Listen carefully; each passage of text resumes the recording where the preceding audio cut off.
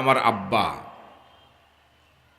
আপনাদের অনেকেরই খুব কাছের মানুষ, প্রিয় মানুষ। তিনি আমার ওস্তাদও বটে। পৃথিবীতে তো সকলেই বাবা কেন্দ্রিক, মা কেন্দ্রিক। আমার বাবাটাই ছিল মনে হয় ভিন্ন একজন। তিনি আজ হাসপাতালে মারাত্মক অসুস্থ। সেখান থেকে আসলাম। আসার মতো মানসিক অবস্থা নেই। আপনাদের এলাকারই আমার ছোট ভগ্নিপতি গোলাম হায়দার চৌধুরীর পীড়াপিড়িতে আসা। আমার আব্বা তিনি হাসপাতালে মারাত্মক অসুস্থ। আমরা চিকিৎসা করছি, কিন্তু সুস্থতা তো আমরা দিতে পারছি না। অনেক কষ্ট ভোগ করছেন বাবা।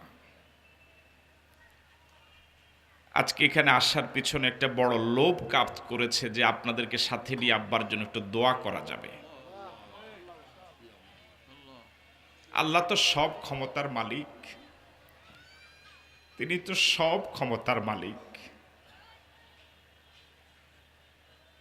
আমার আব্বার মতো একজন আব্বা মনে হয় আর কারো নেই। আমরা আপনাদেরকে সাথে নিয়ে মালিকের কাছে ফরিয়াদ করছি, মালিক তুমি তোমার এই গোলামটাকে পরিপূর্ণ শেফা দান করে দাও।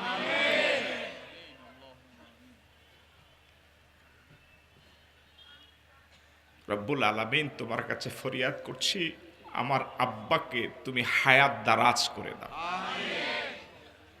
অনেক কষ্ট পাচ্ছেন, আমাদের কিছুই করার নেই। দুনিয়ার ডাক্তার ভালো করতে পারবে না। মালিক তুমি যদি ভালো না করো,